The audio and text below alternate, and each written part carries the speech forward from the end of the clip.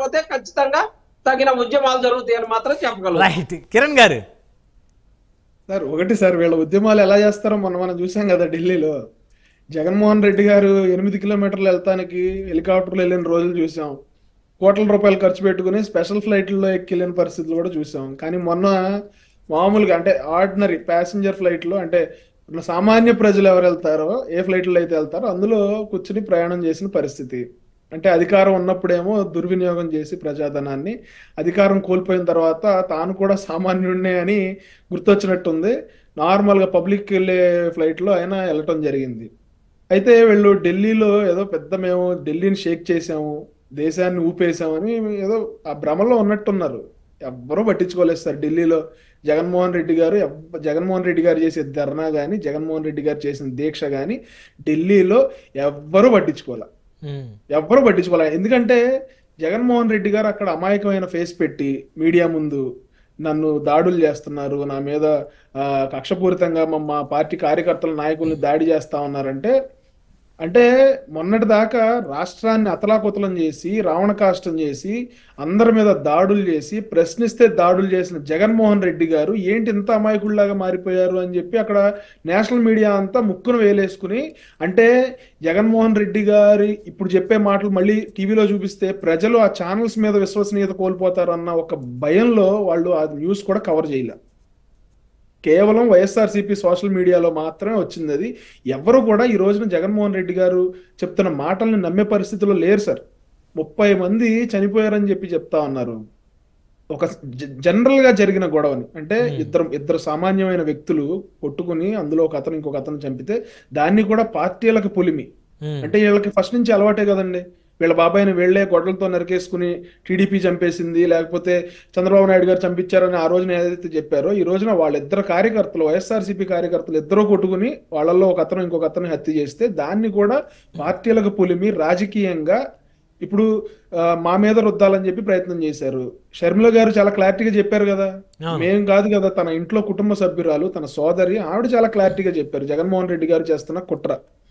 ఈ రోజున ఒకటే చెప్తా ఉన్నాం, వాలంటీర్ వ్యవస్థని అడ్డం పెట్టుకుని వీళ్ళు మళ్ళీ ఏదో దుష్ట రాజకీయాలకి తెరలేపుతున్నట్టుగా మాకు వైఎస్ఆర్సీపీ ప్రతినిధి చెప్తున్న దాన్ని బట్టి అర్థమవుతా ఉంది.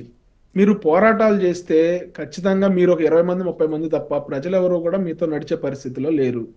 వాలంటీర్లు కూడా మీతో నడిచే పరిస్థితిలో లేరు.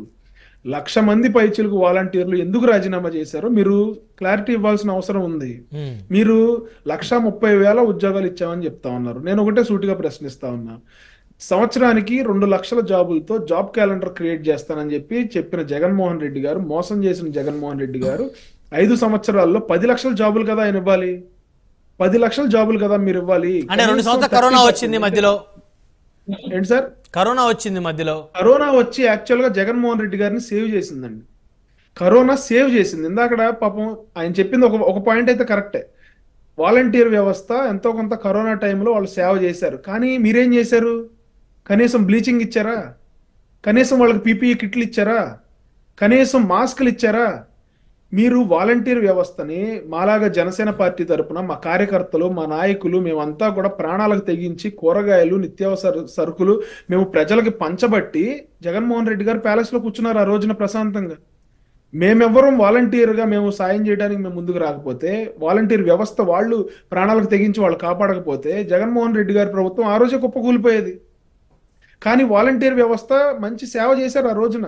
వాలంటీర్ వ్యవస్థ అంతా ఇదని మేము చెప్పట్లేదు. ఇప్పుడు వాలంటీర్ వ్యవస్థ కష్టపడి పనిచేసిన వాళ్ళు ఉన్నారు. చాలా మంది వాళ్ళ కుటుంబ పోషణ జరక్క, వాళ్ళకి వేరే ఆపర్చునిటీ లేక వాళ్ళు వాలంటీర్ గా జాయిన్ అయ్యి ప్రజలకు సేవ చేసి వచ్చిన ఆ స్టైఫండ్ తో 5,000 రూపాయల డబ్బులతో వేతనంతో వాళ్ళు కుటుంబాన్ని పోషించుకున్న పరిస్థితులు మాకు తెలుసు. మేము అందరినీ తప్పు పట్టట్లా, వాలంటీర్ వ్యవస్థ మొత్తాన్ని తప్పు పట్టట్లా. అందులో రాజీనామా ఎవరైతే చేశారో ఎన్నికలకు ముందు వారికి కూడా 10,000 రూపాయలు వేతనాన్ని కల్పిస్తూ ఎక్కడైనా అకామిడేట్ చేసే అవకాశం ఉంటుందా? లేకపోతే రాజీనామా చేసిన వాళ్ళని పక్కన పెట్టి ఎవరైతే ఉన్న వాలంటీర్లు ఎవరైతే ఉన్నారో వాళ్ళని మాత్రం అకామిడేట్ చేస్తారా?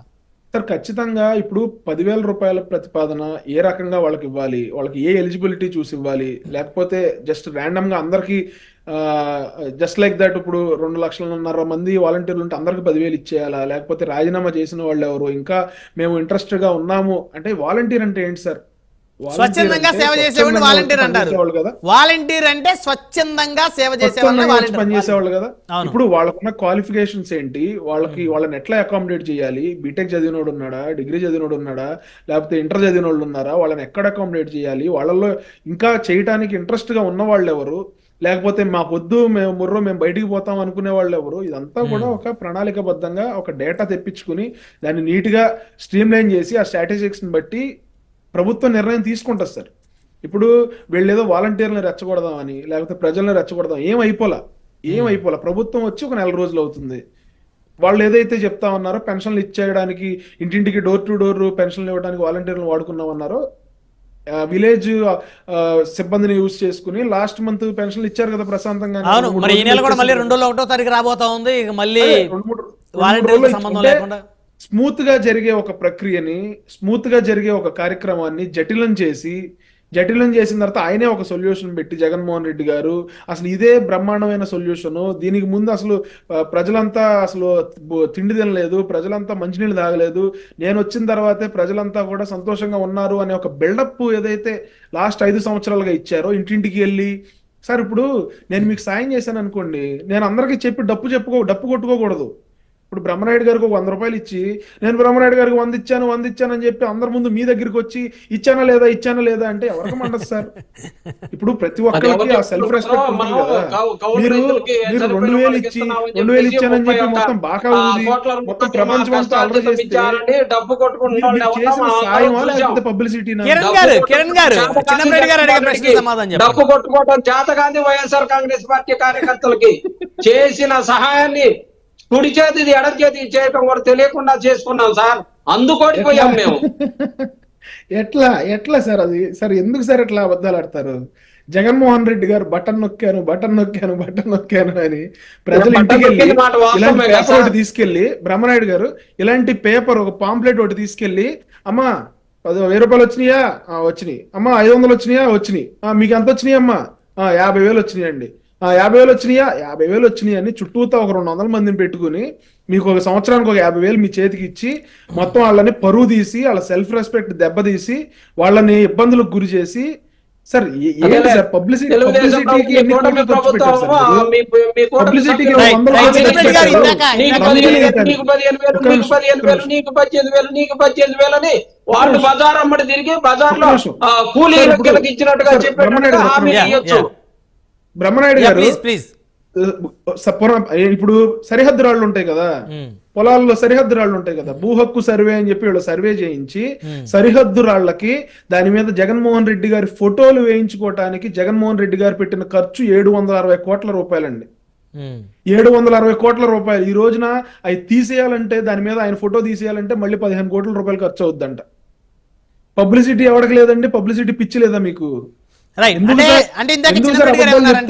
కౌలు రైతులకి పవన్ కళ్యాణ్ గారు సహాయం చేసి మీరు పెద్ద ఎత్తున పబ్లిసిటీ చేసుకున్నారు అంటే, ఇక్కడ చిన్నప్పటి గారు సొంత డబ్బులకి ప్రభుత్వ ప్రజల డబ్బులు ఖర్చు పెట్టి పబ్లిసిటీ చేస్తున్నారు, చాలా డిఫరెన్స్ ఉంది. కౌలు రైతులకి సంబంధించి ఒక శ్వేతపత్రం విడుదల చేయమని సార్, అది సొంత డబ్బా లేకపోతే పార్టీ కార్యకర్తలు ఇచ్చిన డబ్బా లేకపోతే వీళ్ళు 500 రూపాయల చొప్పున మొన్న డిస్కషన్ లో మనం సభ్యత్వ నమోదుతో వచ్చిన డబ్బా ఏంటనేది మొత్తం తెలిపోద్ది సార్. ఇన్ని శ్వేతపత్రాలు విడుదల చేశారు కదా, ఆ 31 కోటి కూడా ఒకసారి శ్వేతపత్రం విడుదల చేయించండి సార్, గోల్ లేకుండా పోయింది కదా. అది శ్వేతపత్రం విడుదల చేయడానికి మీరు సబ్జెక్ట్ తెలుసుకోవాలి. అందుకే శ్వేతపత్రం రిలీజ్ చేయడానికి అది ప్రభుత్వ సొమ్ము కాదు, సొంత కష్టార్జితం. పవన్ కళ్యాణ్ గారు సొంత ఒక్క నిమిషం.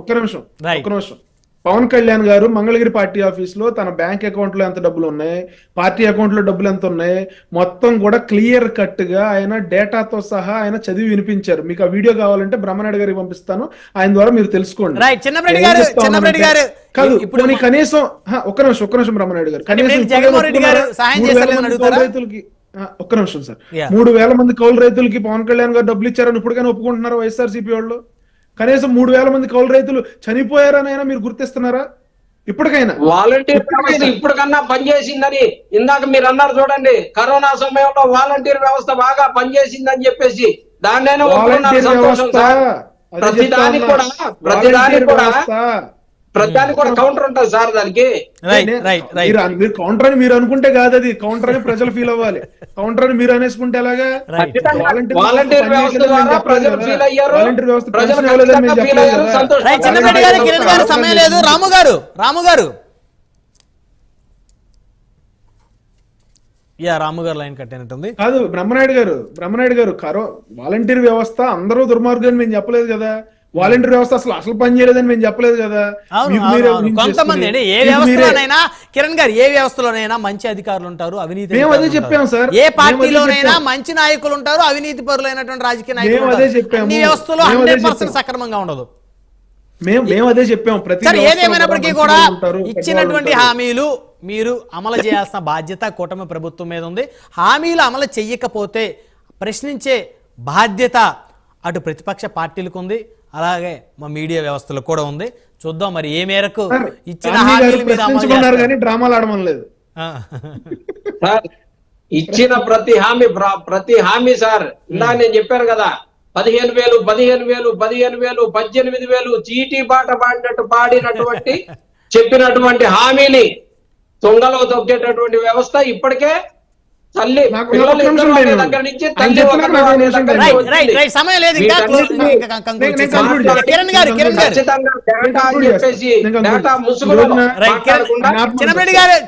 సమయం లేదు. కిరణ్ గారు క్లోజ్ చేయాలి. ఇంకా దయచేసి చూడండి, నేనేం చెప్తా ఉన్నానంటే సార్, ఏ చిన్న అవకాశం దొరికినా ఈ కూటమి ప్రభుత్వం మీద దుష్ప్రచారం చేసి బురద జల్లాలని చూసే వైఎస్ఆర్సీపీ ప్రతి బిడ్డకి మేము డబ్బులు ఇస్తాము, తల్లికి వందనం అని చెప్పి మేము డబ్బులు ఇస్తామంటే వీళ్ళు ముందే కాలు దొక్కేసుకుని ఇవ్వట్లేదు అని చెప్పి దుష్ప్రచారం చేశారా?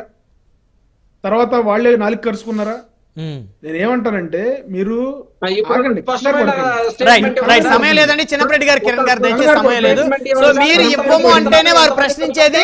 మీరు ఎన్నికల ముందు ఇచ్చిన హామీలు అమలు చేయకపోతేనే ఎవరైనా మాట్లాడతారు, మాట్లాడే హక్కు. అసెంబ్లీకి వచ్చి మాట్లాడమనండి. అసెంబ్లీకి వచ్చి మాట్లాడితేనే సమాధానం చెప్తారా? అసెంబ్లీకి వెళ్ళమనే కదా ప్రజలు. కిరణ్ గారు సమయం లేదు. ధన్యవాదాలండి చర్చలో పాల్గొన్నందుకు. దాసకిరణ్ గారు, జనసేన పార్టీ రాష్ట్ర అధికార ప్రతినిధి, చిన్నప్పటి గారు, వైఎస్ఆర్ కాంగ్రెస్ పార్టీ నాయకులు, అదేవిధంగా బత్తుల రాము గారు, తెలుగుదేశం పార్టీ సీనియర్ నాయకులు, అందరికీ పేరుపైన ధన్యవాదాలు. మరి ఇది వాళ్ళ హాట్ టాపిక్. చూస్తూనే ఉండండి. Keep watching prime news. పింఛన్లు అందుకోలేనటువంటి వృద్ధులు కానీ వికలాంగులు కానీ ఉంటారో వారందరికీ డైరెక్ట్గా